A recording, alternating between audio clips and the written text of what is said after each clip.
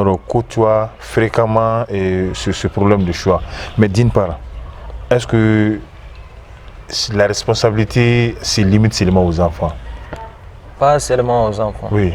Parce qu'il y a des parents, des enfants, depuis qu'ils inscrivent leur enfant à l'école, ils ne regardent plus rien. Ouais. Juste s'il a besoin de cahiers, on le paye des cahiers ou bien des bics. Sinon, les parents doivent surveiller leur enfant. Depuis l'enfance, je devrais savoir si mon enfant est fort en biologie, en maths ou bien quel qu'en soit là où mon enfant est fort, ça sera sa spécialité. Oui. Et je devrais demander aussi au professeur de mon enfant, mon enfant est-il fort dans quelle matière, ou bien contrôler ses devoirs et examens, voir ses notes, voir là où mon enfant est fort. Oui. Donc nous savons très bien qu'à un certain âge, les enfants choisissent juste ce qu'ils veulent et non ce qu'ils devraient choisir. Oui. Donc, ces cas aussi, les parents devraient intervenir. Je ne force pas mon enfant à faire une telle filière, mais si la filière les correspond ou bien si la série les correspond, mon enfant doit faire ces séries. Mais on ne doit jamais forcer un enfant.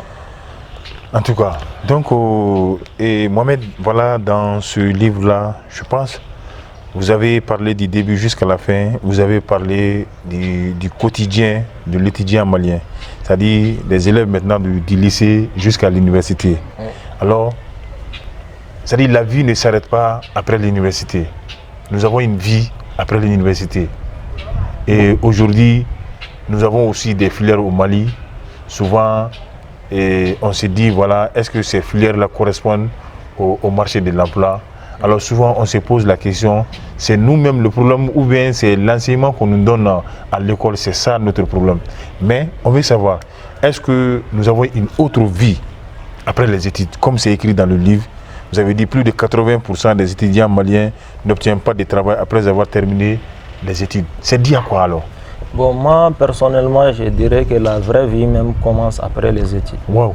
Parce que tu étudies juste pour avoir un emploi ou bien avoir des connaissances. Même si tu n'as pas d'emploi, il faut avoir des connaissances. Mais les Maliens, nous le savons tous, c'est juste pour avoir un emploi après les études. Par exemple, quelqu'un qui a passé 15 ans pour avoir la licence, ou bien 17 ans pour avoir le master, après avoir fait toutes ces années, après avoir fini ses études, il n'obtient pas de travail. Vous savez quand même que ça fait mal. Très mal. Bon, au Mali aussi, nous pouvons dire que l'État ne peut pas prendre tous les élèves diplômés en charge. Oui. C'est impossible. L'État peut prendre au moins 10%. 10%, nous pouvons dire que même c'est trop. Les entreprises aussi ne peuvent même pas prendre la moitié de ce que l'État prend. Oui. Donc, dans ce cas, moi, je dirais, si tu as ton diplôme, quel qu'en soit master, licence, DIT ou doctorat, il faut chercher à créer ton petit business à côté. Donc une fois que tu crées ça aussi, tu peux postuler. Quel qu'en soit, même si tu n'as pas eu de travail aux côtés d'État ou bien des autres entreprises, ton petit entreprise peut évoluer. Oui. Donc ton petit job peut évoluer et après tu vas continuer sur ça. Tu peux même chercher du travail. Justement. Au cas contraire aussi, tu peux avoir du travail à côté et puis ce que tu fais, si ça ne marche pas, tu laisses, tu essayes de faire autre chose. Donc je dirais tout simplement qu'un étudiant, quel qu'en soit le diplôme que tu as là, il ne faut pas dire que tu vas t'arrêter, toi tu vas avoir du travail demain ou après-demain. C'est jamais sûr, il faut juste essayer de faire quelque chose, quel qu'en soit, un petit job à côté. Ça va rien diminuer de toi. Si ça ne t'augmente pas, ça ne va jamais te diminuer. Justement, parce que tu n'es pas le seul diplômé, donc tu n'es pas le seul aussi qui va participer à un concours d'entrée en fonction publique. Vraiment. Donc il y a une tonne d'étudiants ou encore il y a une tonne de diplômés qui vont participer voilà, à ce concours-là. Maintenant, déjà, peut-être on va faire un petit pas en arrière.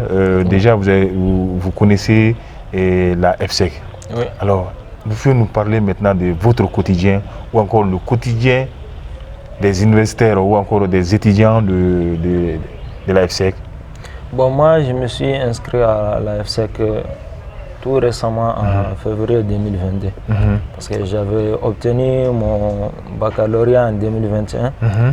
Donc après, je suis venu à Bamako ici. J'étais un peu en retard, donc je me suis inscrit à une université privée, comme je l'avais bien dit, IGLAM, Institut de gestion et de langue appliquée au métier.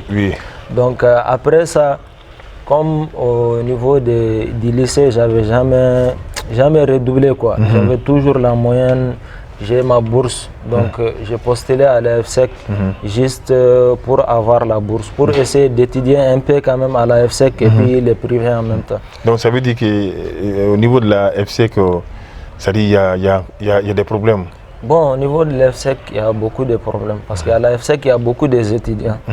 Si je ne me trompe pas, le nombre d'étudiants qui ont eu le baccalauréat en 2022, à la FSEC, il y avait à peu près 14 000 étudiants qui ont postulé pour la première année licence 1. Oui. En plus, à la FSEC aussi, il y a des anciennes promotions. Par exemple, il y a des promotions de 2017, 2018, 2016 qui sont jusqu'à présent là-bas. Pour 3 ans de scolarité? Pour plus de 3 ans. Non, maintenant, la scolarité normale de la FSEC, par exemple, à la licence 3, donc, comment on appelle, c'est 3 ans, non? Non, à la FSEC, c'est 6 ans au lieu de 3 ans. Non, mais le normal, c'est? Normal, c'est 3 ans. 3 ans. À la FSEC, chaque semestre est considéré comme une année. Une année. Donc, quand on dit la première année, c'est 2 ans au lieu d'une seule année. Donc à la FSEC, c'est comme ça. Alors, vous pouvez continuer maintenant à nous parler de ce voyage-là au niveau maintenant de la FSEC. Un voyage vraiment turbulent.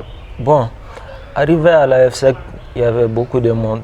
Moi, j'ai fait des va-et-vient à peu près une semaine pour juste être inscrit à la FSEC. Oui. Fait une semaine. Une semaine. Oui.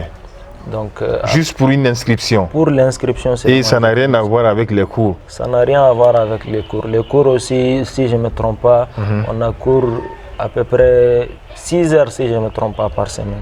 Donc c'est en un mot, même si tu nourrissais l'ambition d'écrire, je pense que ce n'est pas l'EFSEC maintenant qui vous a boosté à écrire. Non, vraiment, moi j'ai commencé à écrire mon livre avant la FSEC. Avant la FSEC. J'avais juste pas beaucoup de moyens pour... j'avais pas une maison d'édition aussi. J'écrivais un peu jusqu'à ce que, comme je vous l'ai dit, j'ai rencontré Paul Koné.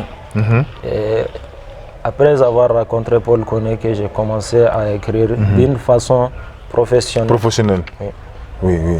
Alors ici, déjà après cette explication, dans ce même livre-là encore, vous parlez de la différence entre l'étudiant malien actuel et celui d'avant.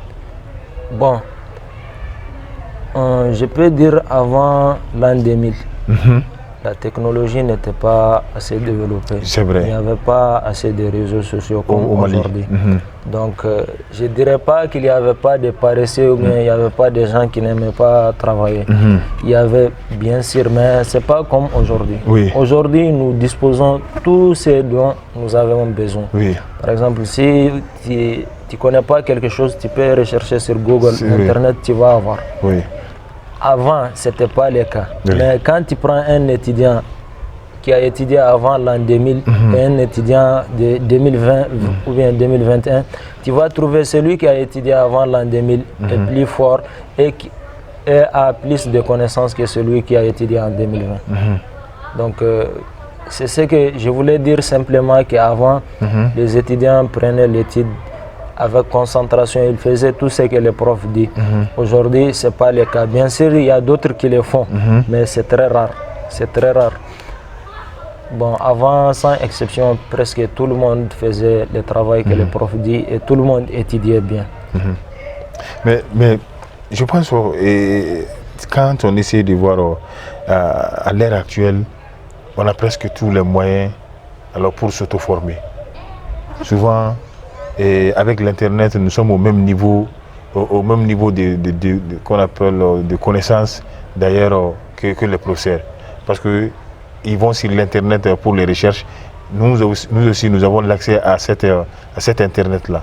Alors, qu'est-ce qui fait qu'avec tout ça, on n'a pas le même niveau que les étudiants d'avant? Parce que du moment que ces étudiants n'avaient pas le moyen d'aller surfer sur l'Internet, se connecter, voir les informations sur Google.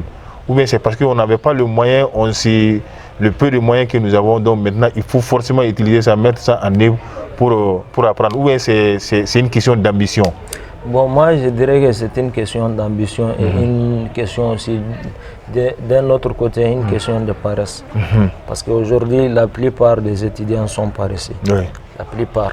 Maintenant, aujourd'hui, on a tous les moyens Justement. dont nous avons besoin. Effectivement. Avant, ce n'était pas le cas. Non.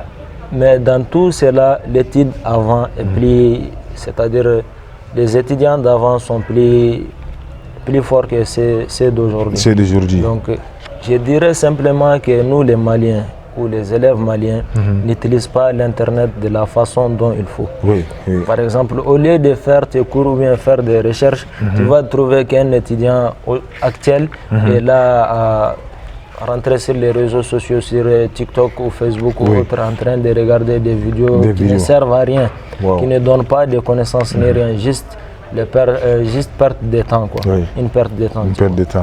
Donc c'est ce que je voulais dire.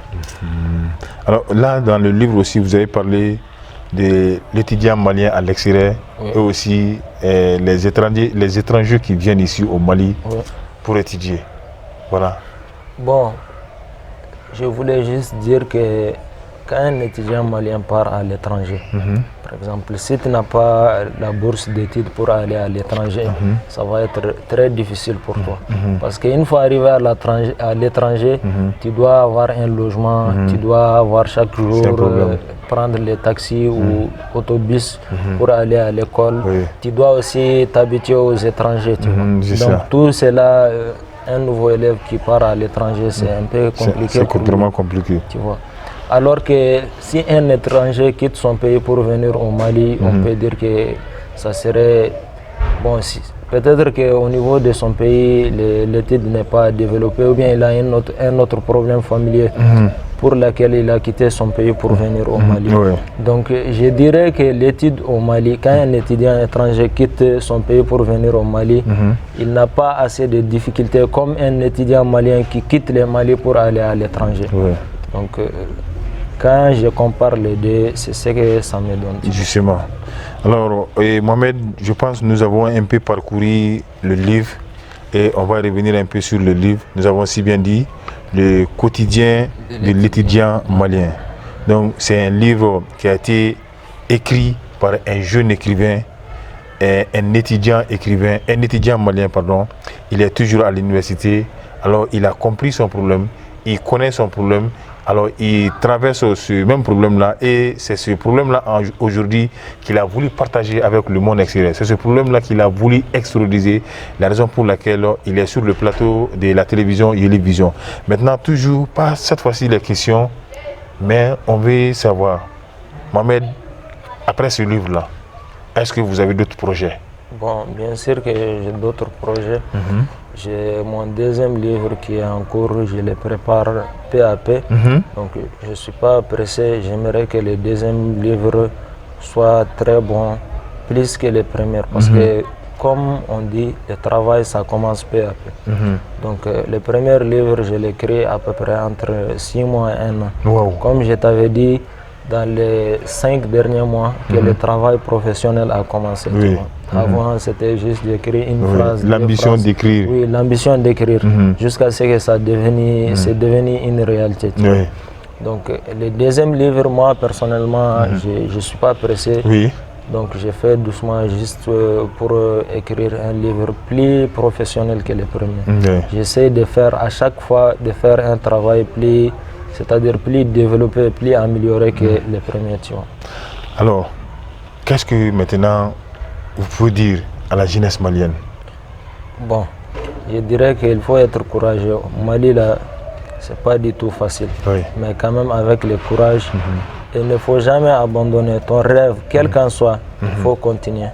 Un jour, ça sera une réalité. N'est-ce pas? Mais par exemple, quand tu laisses ton rêve, tu as commencé il n'y a même pas 1 mois ou bien 1 semaine ou bien 2 semaines et que tu abandonnes, ça ne peut plus devenir une réalité. Mais quand tu passes, même si tu passes des mois, tu passes 1 année, 2 ans, les jours où ça va être une réalité, quel qu'en soit, si c'est écrire un livre ou bien formation d'une entreprise, il faut juste commencer peu à peu. Même si tu n'as pas de moyens, il faut juste fournir d'efforts. Peu à peu, un jour, ça va s'en sortir, ça va payer. Inch'Allah. Alors, le remerciement, si vous en avez. Bon, Moi, je remercie tous les Maliens, vraiment. Je remercie les étudiants. Je remercie le ministre de l'Éducation. Je remercie presque tous les Maliens. Et merci beaucoup. Alors, j'avais même oublié, mais on peut revenir. Voilà, si par exemple, quelqu'un veut acheter voilà, ce livre-là, alors comment se dirait il va procéder? Comment il va faire pour avoir le livre? Bon, comme tu le vois sur le livre, il y a les numéros. Oui, tu vois. oui, Donc oui. c'est sur ces numéros qu'on commande les livres. Voilà, donc maintenant, on peut donner le numéro maintenant. Bon, le numéro c'est plus 223 78 55 34 91. Voilà. Alors, comme vous l'avez compris, c'est un livre et on va revenir là-dessus. C'est un livre très riche en informations et c'est un livre aussi vraiment motivateur parce qu'il y a la première partie que nous n'avons pas touchée qui est l'histoire de Mamadou. Une histoire vraiment passionnante, une histoire qui retrace la vie de la jeunesse malienne, la jeunesse africaine. Mais avec toutes ces difficultés, avec toutes ces situations, Mamadou, il a su vraiment se remettre. C'était un bon étudiant, maintenant il a été influencé par ses amis, alors il est tombé dans l'alcoolisme et autres, mais après il a compris, alors il s'est rétabli et il a continué, il a commencé une nouvelle vie, une vie meilleure. Donc c'est un livre très riche en conseils, un livre très aussi riche en motivation et je vous le conseille à toute la jeunesse malienne, à toute la jeunesse africaine. Il faut lire ce livre-là vraiment pour tirer des enseignements et renseignements, alors pour former sa personnalité. Mohamed, ce fut un plaisir pour nous de vous recevoir sur le plateau de Yeli Vision et la radio Macha FM. Comme c'est un début et nous sommes sûrs que voilà, après la deuxième édition ou encore après le deuxième livre, nous aurons l'occasion de se revoir sur ce même plateau. On va échanger, j'en suis sûr, autour de votre deuxième livre. C'est une promesse, non?